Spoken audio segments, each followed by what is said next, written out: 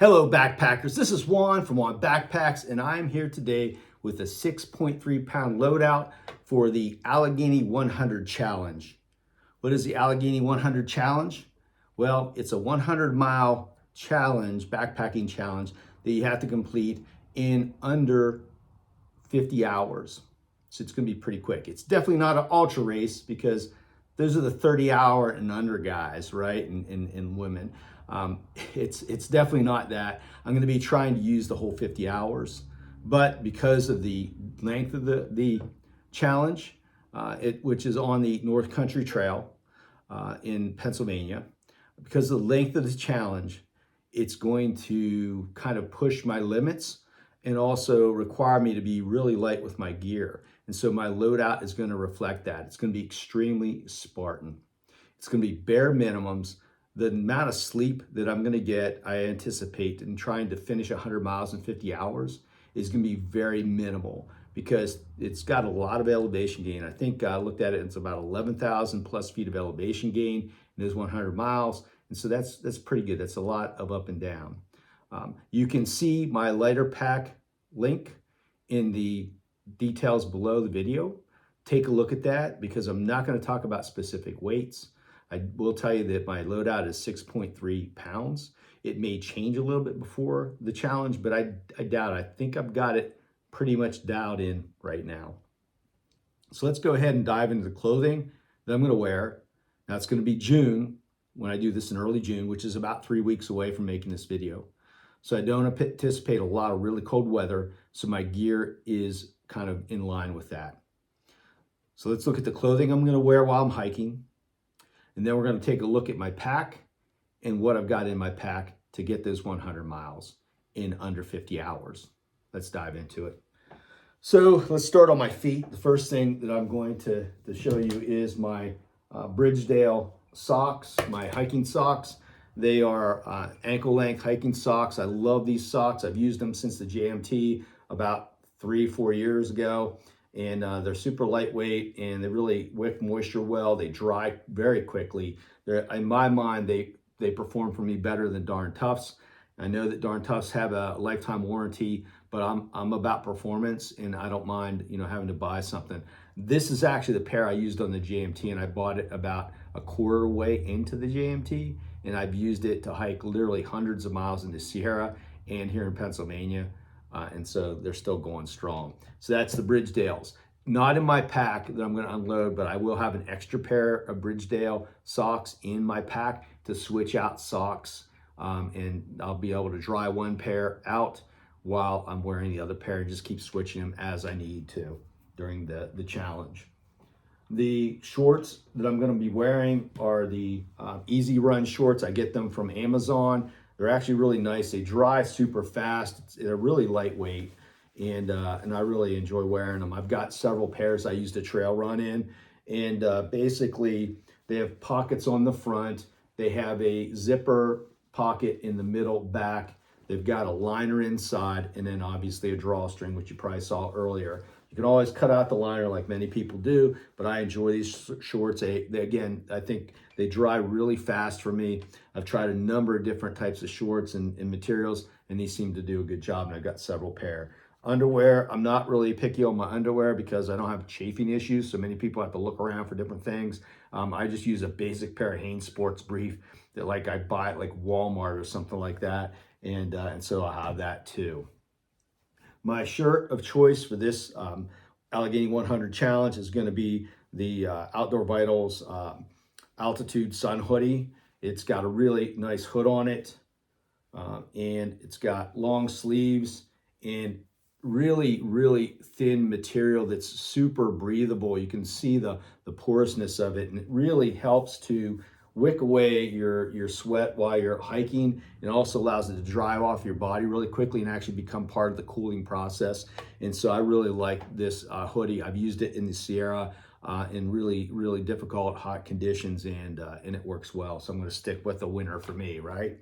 On my feet, I'm going to be wearing Ultra Lone Peaks. I've been using them for about 4 years or so. They are zero drop. Zero drop is not for everybody. These shoes have performed extremely well. These trail running shoes have performed extremely well for me over the years, so I'm going to stick with something that I've used and it works for me. Inside these, I'm using Superfeet, the hiking inserts. I've come to find that they make the shoes even more comfortable, especially for longer distances as I've been trail running and so forth and training for the Allegheny 100. And so I've really enjoyed the inserts as well. I likely will use gaiters, which I don't have here. I'm a big fan of gaiters because it keeps grit from getting down your shoes, which sometimes can create friction, which leads to what? Blisters. So probably use gaiters. Didn't have my gaiters around. They must be in my trail running gear that I take with me. So that's my worn clothing. Along with my worn clothing, I'll be using trekking poles as well. These are LT5s by Gossamer Gear, super light, 5.2 ounces, I think, a piece, just over 5 ounces. Super light. I've been using these since I got them and, a few months ago. I'm approaching 300 miles using these for trail running. And I use them every single time I trail run because I do a lot of, elevation gain stuff here in Pennsylvania to train for the A100. And so they've been doing a nice job. When I hit 300 miles with them, which will be after the Allegheny 100 for sure, I'll be way over the 300 miles. I will do a full review of these. They've been doing great so far. So that's my worn clothing and my trekking poles. I'm going to be using a trekking pole shelter, and so it makes sense to have trekking poles. Plus, I really like to trail run in them. So I'm going to go ahead and set these aside and pull out my pack. The pack that I'm going to use is actually a Fastpack. I do have a kind of an overview video on my YouTube channel of this pack. It's a Kumo 36-liter Fastpack by Gossamer Gear. It's been excellent. I've got probably coming up on maybe a couple hundred miles with this Fastpack, actually trail running, not just backpacking or jogging a lot, trail running, because I've been training with the pack fully loaded for the A100, and I've really enjoyed this. Again, my loadout's going to be 6.3 pounds. Details in the link below. I'm not going to go into detail, but you'll see some of the features and why I chose this Fastpack. The main thing is that the Fastpack's designed in a way that you can move a lot better. The belt comes across higher, like above your belly button, which allows your hips to be free to run, and it carries the load a little bit higher. And obviously, it's a 36-liter pack. So it really makes you have to reduce your amount of gear and the volume of gear, which isn't a problem because right now I feel like I'm right where I want to be at just over 6 pounds. I feel like I'm in the sweet spot to have, with my food on board and water on board, probably around a 10-pound full pack weight, fully loaded, maybe 10.5 pounds at the very, very, very most. So let's go ahead and look on the outside. I'm going to start with the pockets on the straps, and that's another reason why I pulled the Kumo Fastpack in. It's got a lot of pockets on it. I don't usually like pockets on my straps, but for this Allegheny 100 challenge, I needed a pack that I could put things on the on the straps like a running vest, so that I wouldn't have to stop. One of my strategies is going to be not stopping. Okay, that's one of my strategies, like reducing numbers of actual stops. I want to be able to eat on the run or on the walk. I want to be able to drink on the walk. And when I get to a water source, I want to be able to water up extremely quickly within a minute or two, and then head on my way. And so having these pockets and the way the Fastpack's designed makes it possible for me to have a lot of gear on the outside here and be able to really keep moving while I'm hiking during the day, instead of stopping for long breaks and so forth. So let's look at the pockets here. It's got some pockets up front. You can see part of my loadout is the water bottles. I've got two Nathan 414 milliliter water bottles here by HydroPack. It fits my Be-Free filter on top. And all of these water bottles, I've got two here. Again, weights and everything are in my lighter pack load. And then this is the third water bottle. So they do have, bite valves on them, but I am planning to use all of these bottles for dirty water so that I don't have to sit in a spot and filter. So these basically will be just capped off just to hold the water.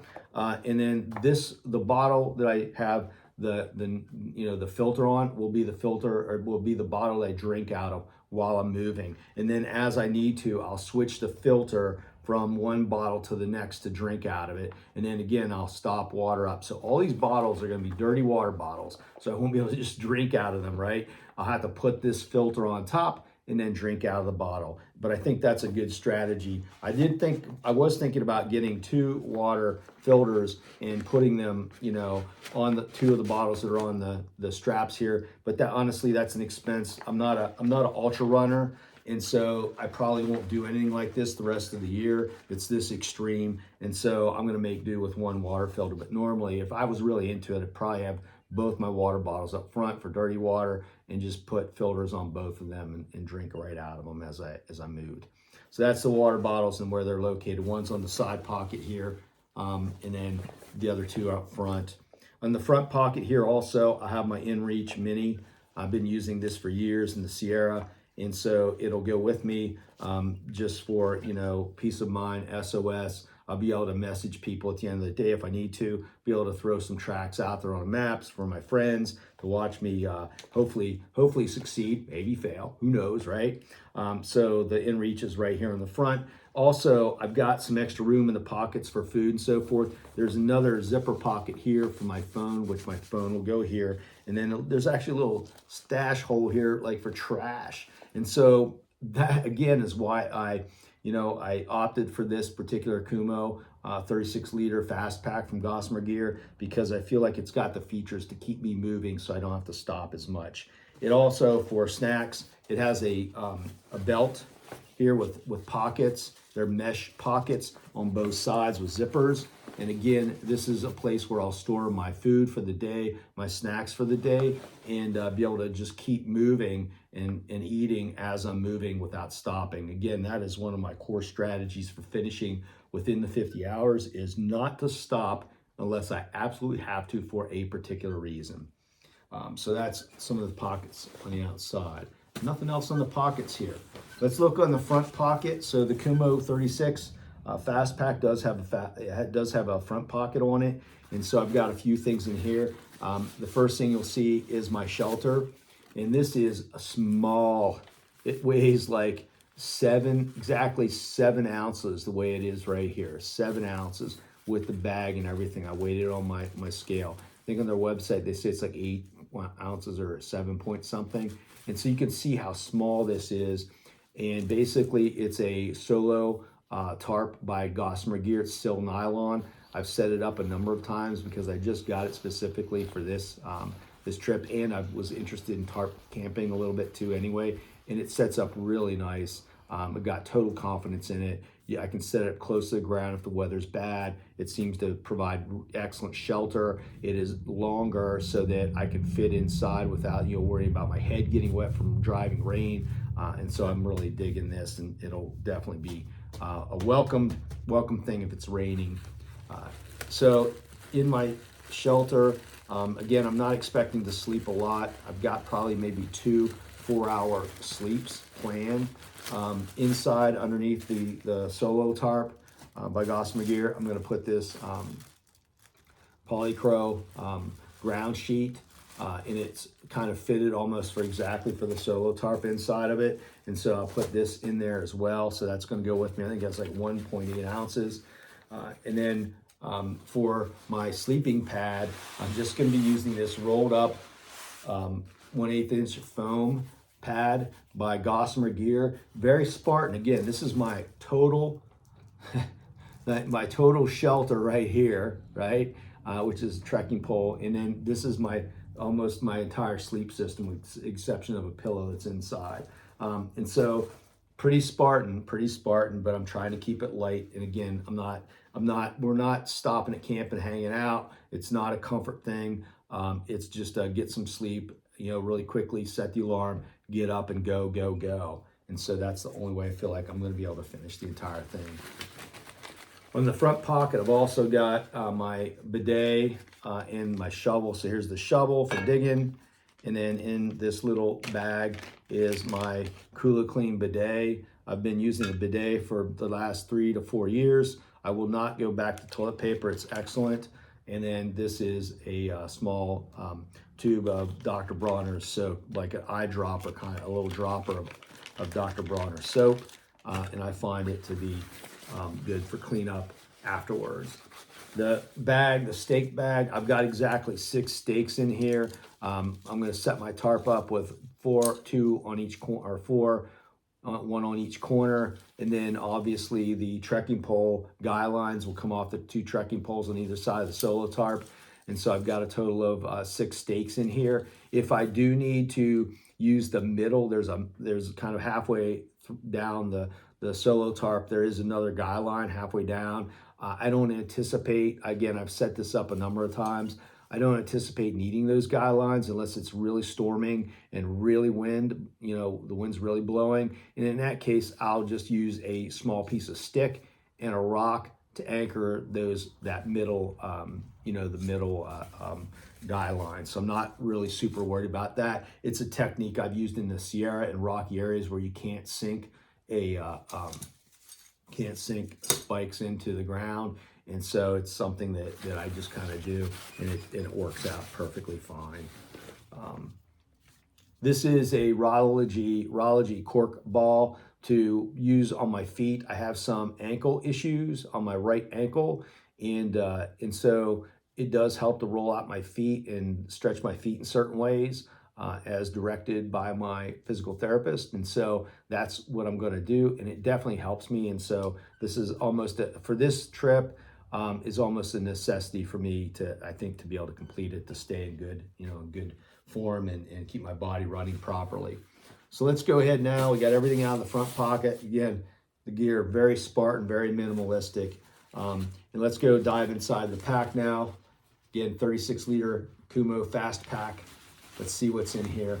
On the very top, and I do load this in a certain order, and it's loaded just the way I'd have it loaded for the Allegheny 100. I've got the Outdoor Vitals Tusher rain jacket. I've used it numerous times in trips of 3-4 days where it's raining every single day. Here in Pennsylvania, it's excellent. It does not wet out. It will sweat out sometimes, right, but not wet out. And I will tell you, this thing has pit zips on it, and that's one of the pit zips here. In the pit zips, I will not own a rain, after buying this rain jacket from Outdoor Vitals and seeing what it can do, I will not use a rain jacket that does not have pit zips on it anymore. It is so fantastic for regulating heat. And again, I'm going to be hiking in June, so sometimes in June you get that warm day where there's rain. You need the rain jacket, right? But you to keep the chill off. But it's so warm when you're hiking, you need something to cool you down. Those pit zips really just do a great job of enabling you to regulate the heat. And then you can see here the seam taping, and it does have one pocket here that's a water resistant zipper here. And so I could put my phone in there if I wanted to keep it dry instead of having it in my pocket someplace. And so that's something also awesome about this rain jacket. For my warmth layer, kind of the mid layer, I'm going to use my KUIU Peloton 97 hoodie. It's a quarter zip in the front here. You can see the quarter zip in the hood. It is a fleece material, and it is excellent. I'm going to use this in the evenings if I need to be a little bit warmer, maybe at night if I'm hiking and I feel like I need a little bit of warmth. It breathes extremely well. If it gets really cold for some reason, if it gets really cold, I'm confident that if I use this underneath my rain jacket, the rain jacket holding in heat, I feel like it would keep me as warm as maybe a puffy would. And so I really feel confident in this layering system that I have, and I'm going to go with it. I've used the KUIU Peloton 97 fleece hoodie in the Sierra many times for hundreds of miles, and it's never let me down. It's always kept me warm in the right conditions when I'm using it properly, and so I've got confidence in it. I've got a food bag in here by Hilltop's Pack. It's their large food bag. I've got some food in here to simulate the weight I think I'm going to be carrying in food, because again, I've been training with the Fast Pack on and doing trail runs of around 6 to 8 miles at a clip about every other day. I've been putting about 30 miles a week in of actual hard trail running.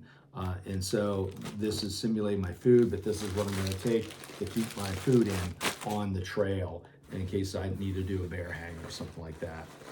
I'll also have a another Hilltop's Pack smaller dry bag inside the pack.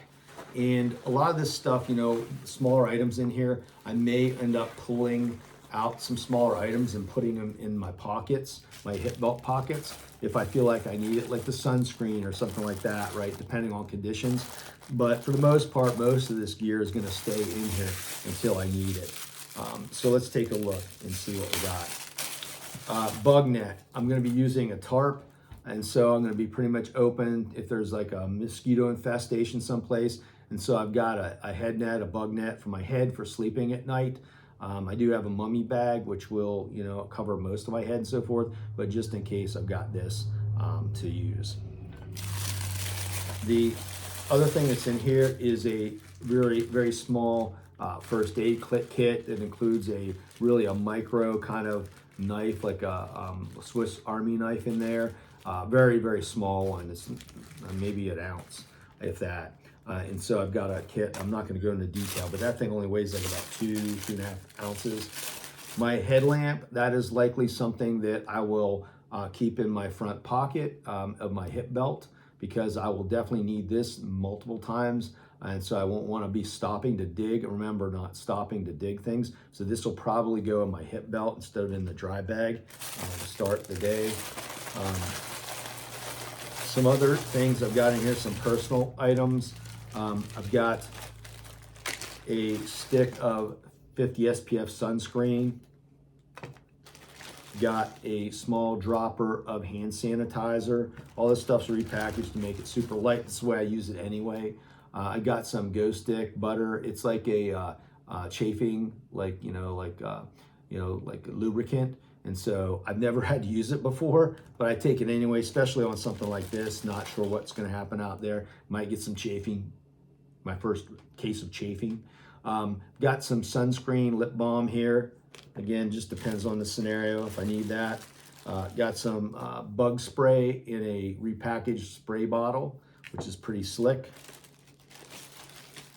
Toothpaste and a sawed off bamboo toothbrush. I didn't saw it off to get it lighter. I mean, this is bamboo. It's about as light as you're gonna get. I sawed it off actually to make room so it fits in the bag better. So I sawed like half of the handle off. And it's super light. Again, in my lighter pack load link below, you can see the weights of all these items, super light. And then I've got a 0.33 ounce lighter load towel. Again, maybe for wiping down condensation in my tent, things like that. Last but not least, I've got my just over 6 ounce carbon cased battery. It's NB 10,000 from Nicor. It's got all the adapters and cords that I need to charge all my electronics. What do I mean by all my electronics? Well, the headlamp, my Garmin Phoenix watch, my Garmin InReach, and my phone. So I can charge those 4 electronics with this NB 10,000 battery bank. I considered not taking it since it's only going to be 50 hours out there, but in case something drains quickly for some reason, sometimes that happens to electronics. They just drain off for no reason at all. And I'm relying on my phone. I will have paper maps, but I really want my phone to be working for electronic mapping and locating and so forth. And so I'm going to take this. It's a little bit of a weight hit given my plan and so forth, but I think it's the best thing to do. One strategy that I'm probably going to do is I do have another one of these Nicor NU 25 headlamps coming. I've used these in the Sierra night hike, and I really like them. They're very bright, and the batteries last a long time and they're rechargeable. So I actually am borrowing my son's off of him, so I'll have a backup light, because this challenge, 100-mile challenge, is going to require night hiking to finish within the 50 hours, at least for me. There's no way I can just hike during the daylight hours. So if a light goes bad, or if the charge runs out for some reason, let's say I've got to use it on super high because I can't find the trail markers or the blazes easily, then I'm going to need a backup. And I can always be charging one of them while I'm using the other as well, if it comes down to that. So again, these batteries last a long time. I've night hiked with them in the Sierra, and I've never run out of battery. A couple night hikes in a row, perfectly fine. So I don't anticipate anything going wrong with it, but just in case I've got a backup coming. Inside here, got my sleep system, which obviously includes this 1/8 inch foam pad. I'm going to take a pillow.